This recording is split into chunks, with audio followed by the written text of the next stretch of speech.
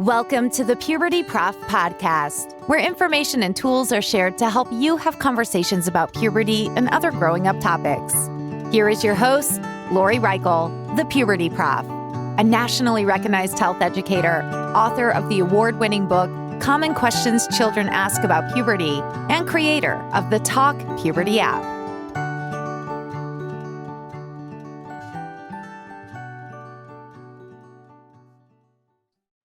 Hi, and welcome to the Puberty Prof podcast. I'm your host, Dr. Lori Reichel, the Puberty Prof. For this season, the fall season of the Puberty Prof podcast, I have chosen to help you, the listeners, with more tools about how to talk with young people about puberty, other growing up topics, and life skills so they can be the healthiest people they can be ever. That's why this season I have decided to focus on the National Sexuality Education Standards. The last episode, I talked about the sexual health section of these standards with Anita Sheffer. She is a wonderful school health educator that just retired in New York, and we read off some of the performance indicators for this section for the younger grades. Now, what's really interesting to me is that the reference to sexual health, when we talk about that, we talk about HIV and other forms of STIs or Ds, but backing up a little bit, when we talk to younger children, when we talk about diseases, we're talking about germs and germs transmission.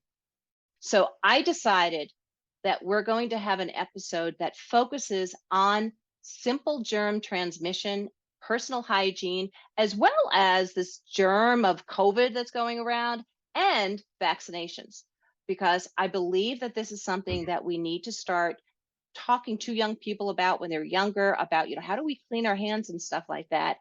So to help me out, I got connected with this really interesting person.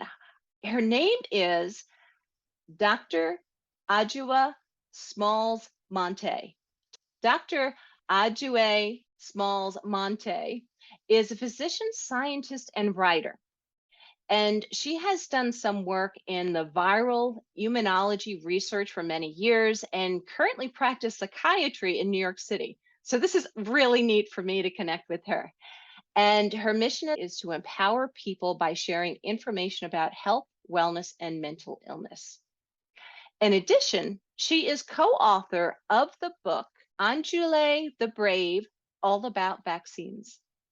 Without further ado, let me ask her to say hi to you all. And thank you so much for being here, Dr. Smalls. Thank you. You want to say hi to our audience? Hi, Lori. Thank you for having me here today. I'm so happy to join you and your listeners on this program. Well, thank you again for being here. And would you mind sharing some of who you are and your background? Yeah, like you said, I am a physician scientist and writer.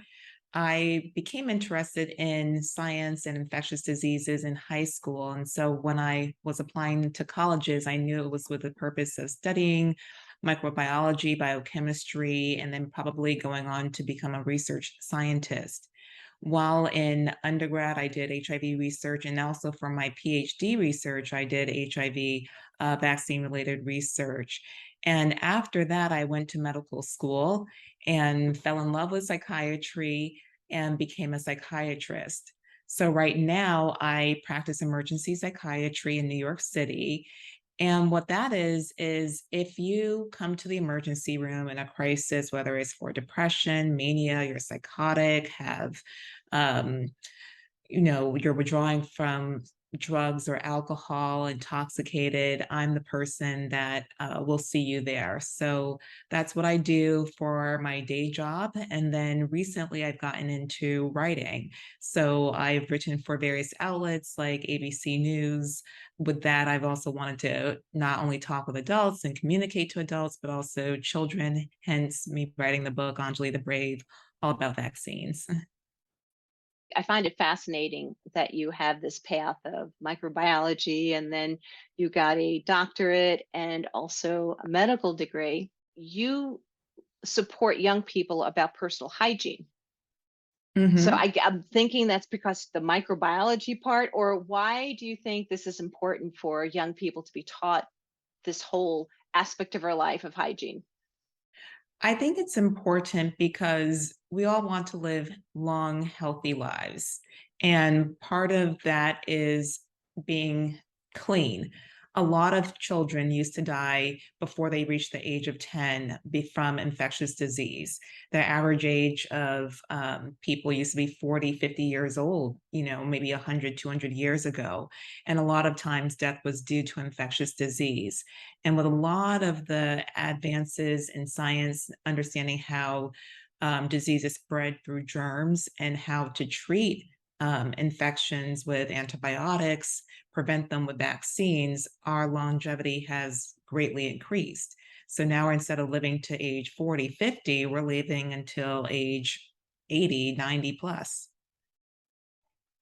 When I teach an introductory health education course at the college level, I usually have my students process what has happened over the past 100 to 200 years.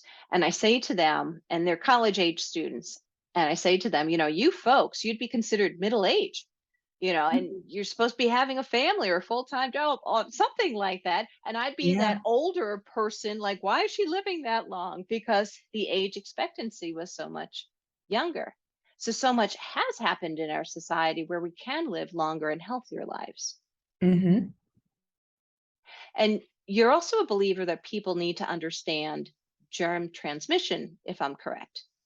Yeah, so I would say there are a lot of things to think about with germ transmission, but I guess we're first having to understand what germs are. Germs are microorganisms that are infecting your body. They can be bacteria, virus, fungi, even prions, if you're thinking mad cow disease, that can cause you to be sick.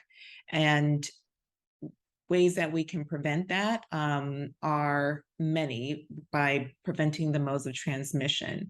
So I'm going to step back and talk a little bit more about personal hygiene for the germs that we get by contact that live on our skin Okay. or that we can get in other ways. So, because your skin is one of the largest organisms of your body. So germs are on us, and some germs that we have, we need to have. They're important. We have a lot of germs in our GI system, but that helps us break down food so we can get the proper nutrients from them. But sometimes when germs grow out of control, that's when it can be a problem. So just going back to, washing and keeping clean personal hygiene, that can prevent a lot of um, germs from causing infections on our skin. So we want to wash from head to toe. Washing your hair, different hair types need to be washed at different frequencies. But definitely if it's getting dirty, if it's smelling, if it feels itchy, you want to wash that. If you are talking about your face, one thing that can be caused by an overgrowth of germs is acne. And that's something that starts to pick up in us when we're reaching puberty. So washing our face twice daily, especially if you have makeup on or right after you've done a lot of exercise, so that that sweat, that makeup doesn't clog your pores. And then, it reduces the risk of bacteria growing is very important. If we come down to our teeth, from when we're little, we're told brush our teeth twice a day, floss, use mouthwash. That's very important so you don't have bacteria building up. And then our body. Right now, we wash daily, but that wasn't always a thing. Mhm. Back in the 1800s, even before then, people used to wash a few times a month, sometimes even a few times a year if you were really poor. And then it became weekly. And then around the 1950s, just as technology improved, we had running water, soap was being manufactured and marketed heavily. We started to wash ourselves daily, and that has been found to be pretty sufficient for keeping us clean and healthy. One of the important things to wash, besides every other place, but are the private parts, because that's where the odors come from. And odors are germs. I remember the first time learning about, washing these areas. It was actually in school when I was after recess, and my teacher at that time, I think it was in fourth grade, said, "Some of you might notice there's some odors coming." And At this time, you might start considering using things like deodorant. Make sure you wash that area. And I had a teacher in middle school that would often say, you have to wash. You cannot just, cover up funk with a perfume or scents, so. To hear more on this topic, listen to the full episode on your favorite podcast platform. And remember to check out the Talk Puberty app. Thanks for listening to this part of this episode and have a happy and healthy day. Thank you for listening to the Puberty Prof podcast, where information and tools are shared to help you have conversations about puberty and other growing up topics. Did you enjoy this episode? Please like, share, and subscribe wherever you listen to podcasts. You can also follow the Puberty Prof on Twitter or Instagram. The Puberty Prof, Lori Reichel, wants to hear from you. Go to pubertyprof.com or click on the link in this episode's description. There you can find more information, as well as ask questions to be answered by the Puberty Prof in a future episode. That's pubertyprof.com. Also, remember to check out the Talk Puberty app and the book, Common Questions Children Ask About Puberty. Until next time, this is the Puberty Prof podcast, where information and tools are shared to help you have conversations about puberty and other growing up topics.